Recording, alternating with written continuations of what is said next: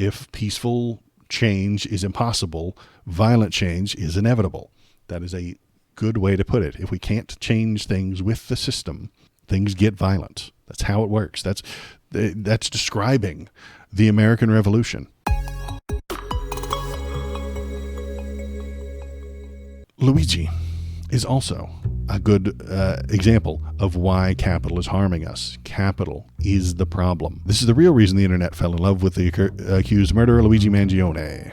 As a political statement, Luigi Mangione's manifesto is not particularly interesting. It is about as mundane as the locale where it was discovered, in the backpack of a 26-year-old hiding in McDonald's in Altoona, Pennsylvania.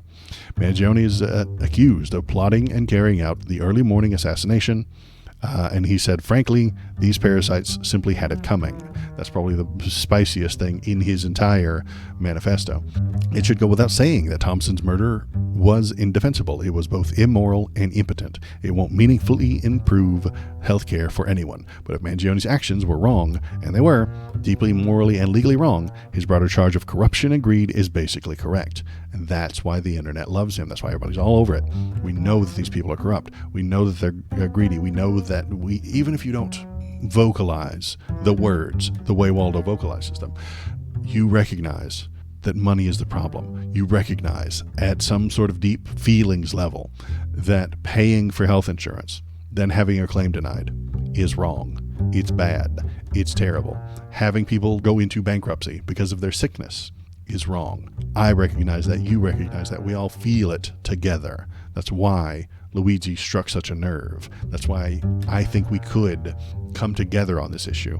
The people on the right hate paying health insurance and having it denied. The people on the left hate paying health insurance, having it denied. If you were a good politician, you would be leaning on this, looking into the camera and telling the people, listen, we need to come together on this. Medicare for all. That's what the left is doing. If we're lucky, that's what the people on the left will do, but there are very few of them, and they're not in charge. The people in the center left, the Dems, don't want to do Medicare for all because they're bought and paid for.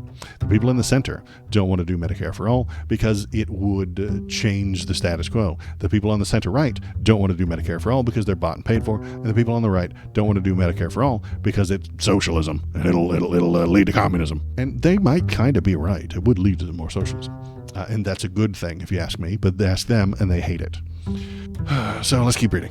Hello human, it is me Canuch. I need you to press the subscribe button. I have to feed my many AI babies. Since Mangione's arrest on Monday, analysts and pundits have been scouring his social media, looking for any reason why an Ivy League graduate from a wealthy family might kill a man in cold blood. Plenty on both the political left and right have painted him as a bloody Robin Hood. Exactly. Righting wrongs with the barrel of gun. Others have decried the frenzied beatification, making him more beatiful, calling it a serious moral malady in a digital world. No, man, like stealing money is probably a lot worse. Killing millions is worse, but it's indirect, so it's acceptable under the capitalist system. Indirectly killing people for profit is acceptable under the capitalist system. Directly harming people is not. It's a sign of de-civilization. No, it is a sign of the people being stepped on by the faceless capitalism.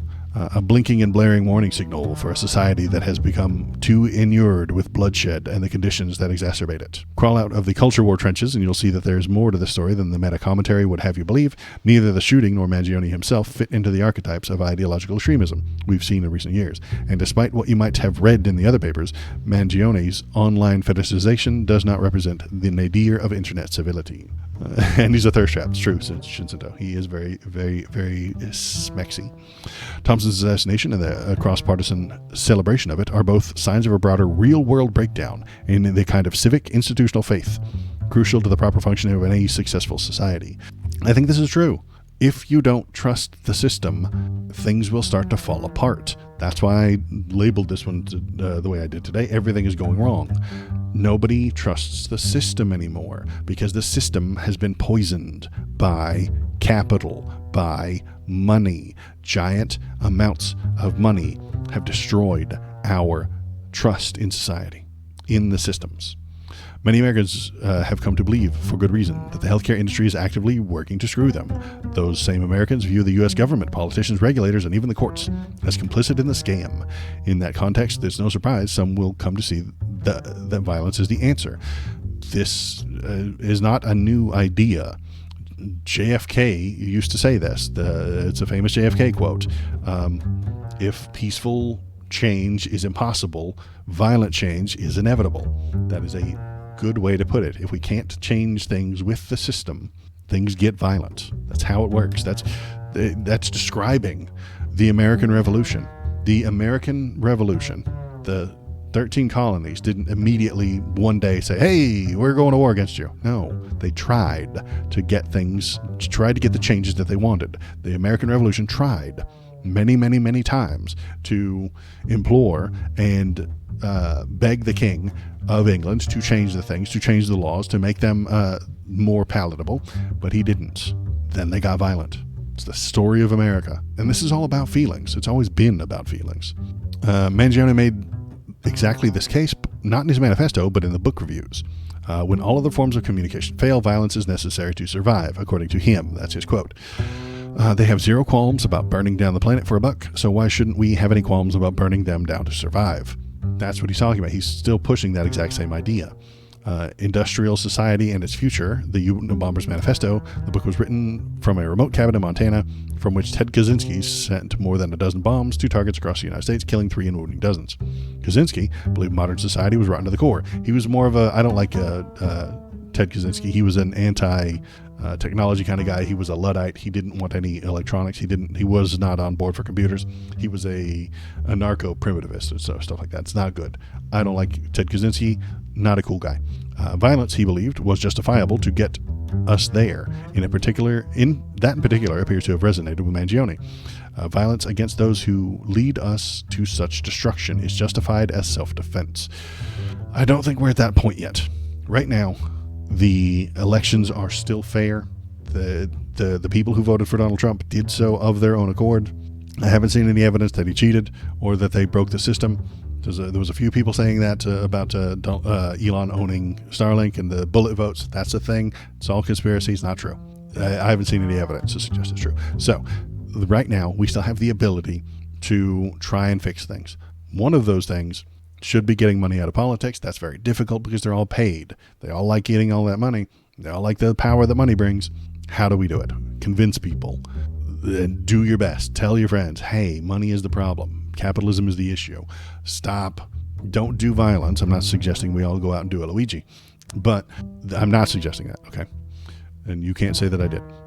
But we need the people in power to recognize that will happen more often if they keep stealing from us, if they keep taking, if they keep stomping on us, if they keep the boot on our head long enough, somebody's going to get violent. Peaceful change is impossible. Violent change is inevitable. I don't want that violent change to happen, but it is inevitable. I just need them to know that. Do they recognize that? Liberals tend not to think that way.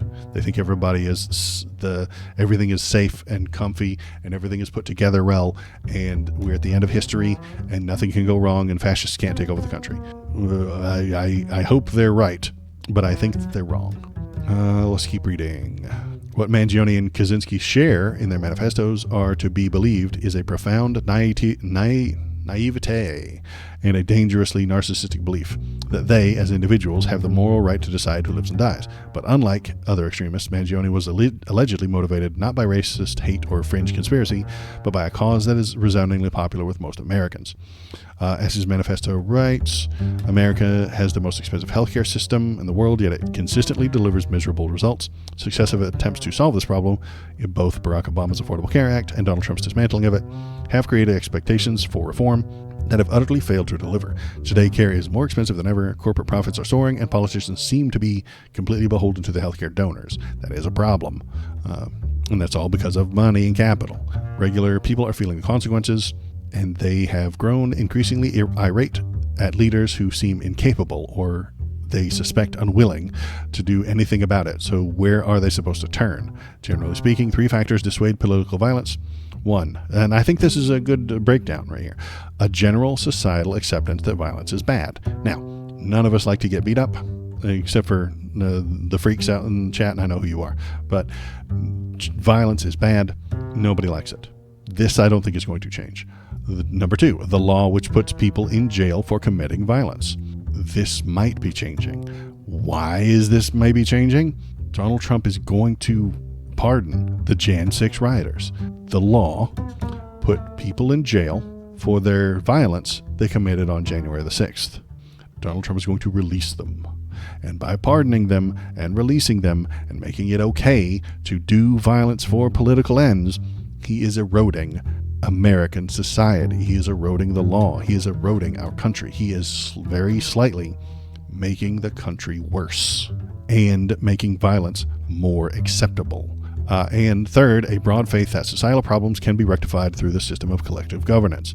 This is the thing I was mentioning, where this is the peaceful transition. This is the peaceful change that you can tell your senator, and your senator recognizes that you have a problem. And if 1 million people tell their senator that they have a problem, he can do something about it, or she can do something about it. We're woke over here.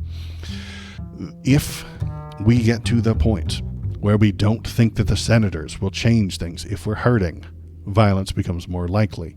If we get to the point where we think that violence doesn't put you in jail, violence becomes more likely. And then we will start justifying the violence.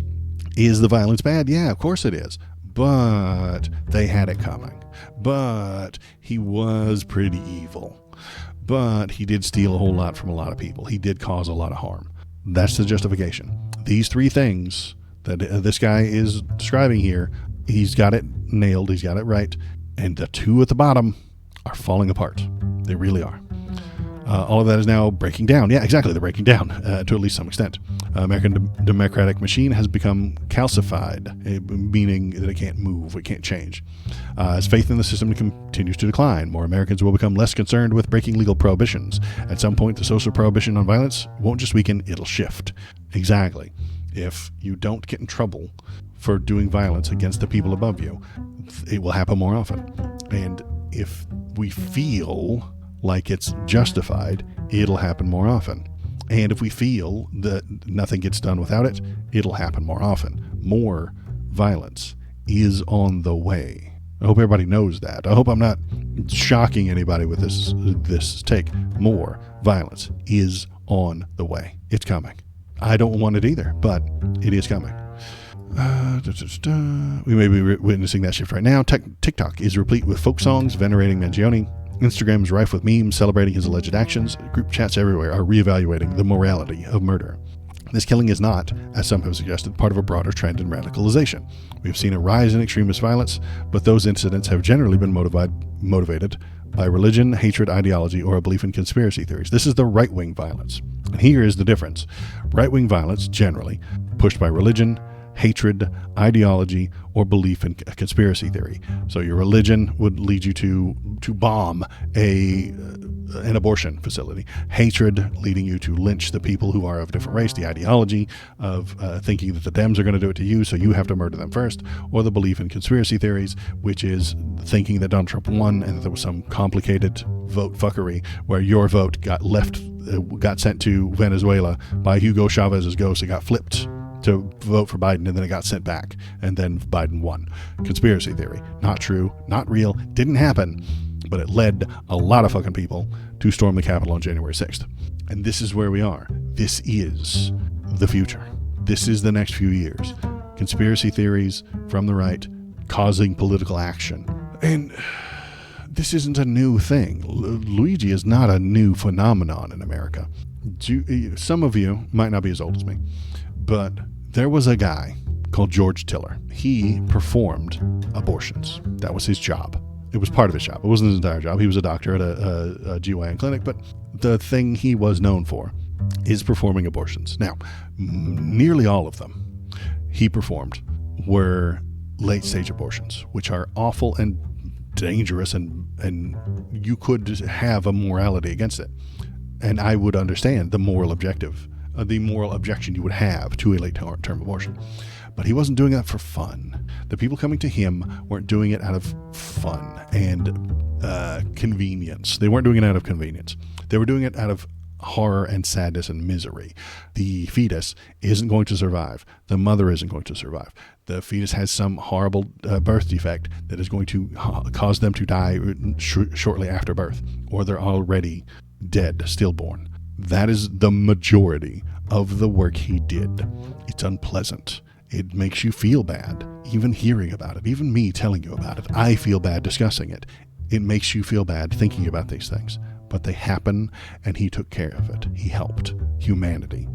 But what do we know about him? Why is he famous? Well, because fucking Bill O'Reilly did a story about him pretty much every fucking week. Called him George Tiller the Baby Killer. Had a cool, clever nickname for it and everything. And because this was Fox News fucking 20 years ago, I remember it, you might not. But he would go on TV every fucking night, not every night, but once a week or so, look into the camera and tell you about George Tiller the Baby Killer. And then he would show his face. And then he would tell you where he worked. And then he would tell you and show you photos on TV of the place this guy worked. You know what happened after that? Crazies started bombing his clinic. Innocent people were at risk of dying to homemade bombs because of a TV man told you about him and where he worked. Later, after all that, he continued to talk about it. Bill O'Reilly continued to push that idea, continued to show the picture, continued to tell you where you could find him. George Tiller, the Baby Killer. That's what he did. That got him so many fucking views. Do you know how many views he got? He got all the views. And eventually, a crazy person walked into a church and shot George Tiller in the face while he was surrounded by his grandkids and family and other church people. He walked in, shot him right in the face. Luigi is not a new phenomenon. He's not. He's just the best looking one that we've had in a while. This happens in America. The news media tells you what's wrong, and then someone wild enough takes that shit into their own hands. Vigilantism is an American institution. You don't have to like it, but it is an American thing. It's just as American as apple pie. Vigilantism on a large scale is revolution, and that's what the American Revolution did. I talk about the Boston Tea Party, the original Boston Tea Party, not the stupid shit that showed up in 2010 because President Blackenstein got elected. No, it was because of a tax that they didn't want to pay on the thing that they needed or wanted a lot of, and that was tea. So the people of the day, who were very unhappy with the government doing what they were doing, dressed up in fake clothes. They dressed up as Native Americans, which was a lie. They weren't. And they went to a ship and destroyed private property. They did. If the right wing gets upset about the BLM rioters burning down a Walgreens, that's just the Tea Party. If they get upset about looters during a riot breaking into the Target and taking all their stuff, that's equivalent to the Boston Tea Party. It really is.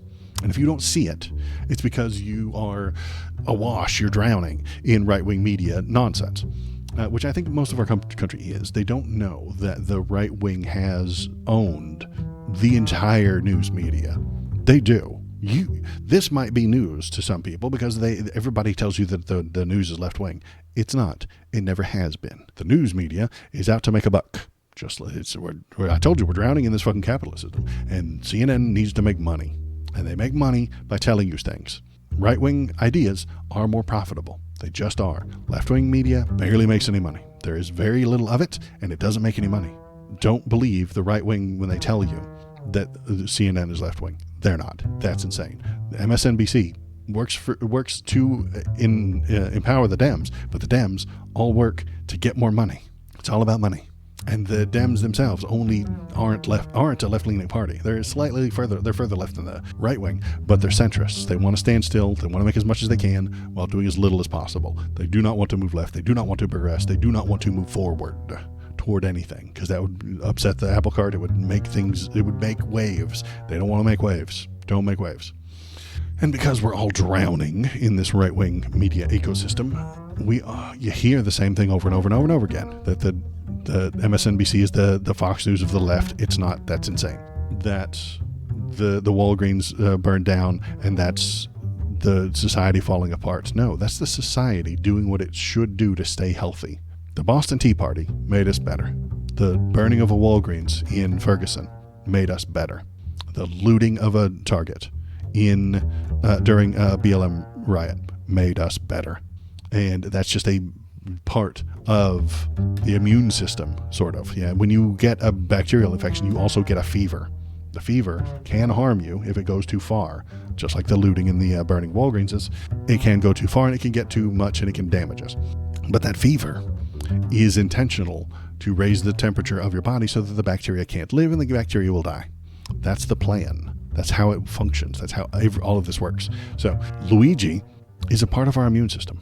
And the things he's saying are resonating with you, with me, with all the people, because it's supposed to. He's a rebel. And our entire fucking country was built on rebellion and rebels. Mangioni's alleged attack was not random. It was in the name of a political cause that the vast majority of Americans agree with. That's new. That's not new, motherfucker. I don't know who this is a liberal writing it, for sure. But that's not new. He's wrong. Happens all the time. So is it wrong to call the attack a case of radicalization or extremism? It is instead vigilantism, right? I agree with that. And we have a telling comparison. The evening of Mangioni's arrest, Fox News' Laura Ingraham was railing against those celebrating his alleged crime. This is a sickness, Nazi Barbie, Ingraham said. And yet, in the next breath, she introduced the next segment, Daniel Penny. A lot of people think he's a hero. Penny, a former Marine, confronted Jordan Neely, a black man having a mental health crisis, on the New York City subway. Neely was aggressively accosted. Neil, it's spelt right here. Come on, internet, do better. Neely was aggressively accosting commuters, literally crying out for someone to take him to prison. Penny intervened, putting Neely in a chokehold and holding him for more than a minute after he went limp. Neely was pronounced dead, and Penny was charged with second-degree manslaughter. He was acquitted the same day Mangione was arrested. This is a poor person, Penny, riding the train, legitimately accosted and yelled at by a mentally ill person on the New York City subway, of which there are many subways and mentally ill people on there. And then he put him in a chokehold to try to de-escalate the thing. This is also blamed on capitalism, man. Why is a mental health patient running around the New York City subway? Why? Because they have nowhere to go. Why is that person in public, making the public nervous, making them feel bad? Because they don't have any money. They don't have a place to go. Anywhere that could help him doesn't have the funds. Money. It always, always, always comes back to money every damn time. Neely can't afford healthcare, so he doesn't receive it. He has undiagnosed mental problems, untreated mental problems. He cannot afford a home, so he lives on the street and hangs out in the subway. You gotta spend your time somewhere. Apparently the subway is great and cheap and easy and you can just hang out there all day long. And then the cops don't ever hassle you, apparently? I don't know. Why aren't there cops in the subway? Honestly. Why the hell aren't they on, like, one on every train? How they have millions of the guys. Anyway, I don't know the logistics. I've never been to New York. It sounds fucking terrible. But this is a capitalism problem again. The man can't afford healthcare. The man can't afford a house. So you get to deal with him in public. You know who doesn't have to deal with him? Rich people. Rich people don't take the fucking subway. God, no. They can afford the nice cars to drive across the thing, and if they're late, they don't care because they're rich. Or they can afford fucking helicopters. They don't do the train. There are no rich people on that fucking New York subway. There's not. Fuck off. And so they don't have to deal with it because they don't have to deal with it. They don't care. And if one poor person strangles another poor person in the subway, who fucking cares, according to them? But if one poor person kills a rich person, all of a sudden it's a fucking nightmare. The system needs to be reformed and we need to crack down on all these poor people. Class warfare. It's coming. It's already here. It's been, the rich have been at war against the poor for a very, very long time. But there is more on the way. It's about to heat up, I think. And especially as Donald Trump's tariffs make everything more expensive. As Donald Trump's tariffs make everything more expensive, the richest, most wealthy cabinet in the history of America will tell you that you're the problem, that it's your fault, that Joe Biden did this to you, or that you didn't work hard enough, or that you need to get a third or a fourth job and a side hustle to afford to live so that they can make more profit. And then more of this will happen. There will be more Luigis if the rich continue the class war. There will be more Luigis. Mangione, reportedly experiencing chronic back pain from a back injury, and Penny, in the midst of a flight or fight confrontation, clearly felt it more acutely. But we all feel it to some degree. Across the US and Canada, healthcare is sliding into crisis. Homelessness is increasing, services are strained and failing, yet taxes and prices are increasing. The internet feeds us a stream of evidence of our societal decay, distorting it to make it look like it's even worse than it actually is. And if there are reasons for optimism, our politicians seem pathologically incapable of conveying them with any force.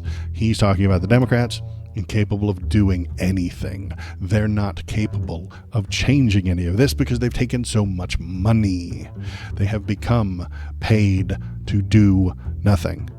Donald Trump is popular in part because he calls out the corruption and indifference endemic in our system. And yet, rhetoric aside, he is even more beholden to the swamp than his predecessors. His likely failure will only supercharge this crisis of confidence in our system. His failures will supercharge the crisis of confidence in our system. Absolutely right. Donald Trump will fail to lower prices. He will fail to help you with their taxes. He will fail to change the economy. He will fail to get you paid more. And this will supercharge the crisis of confidence in our system. He will say that he can't do it. And it's true, he can't do it, and the Dems won't do it. Donald Trump can't do it because it would be against his principles and against the people who paid him. And the Democrats won't do it because it would be against the people that paid them. So it's not going to get done. Nothing's going to get better.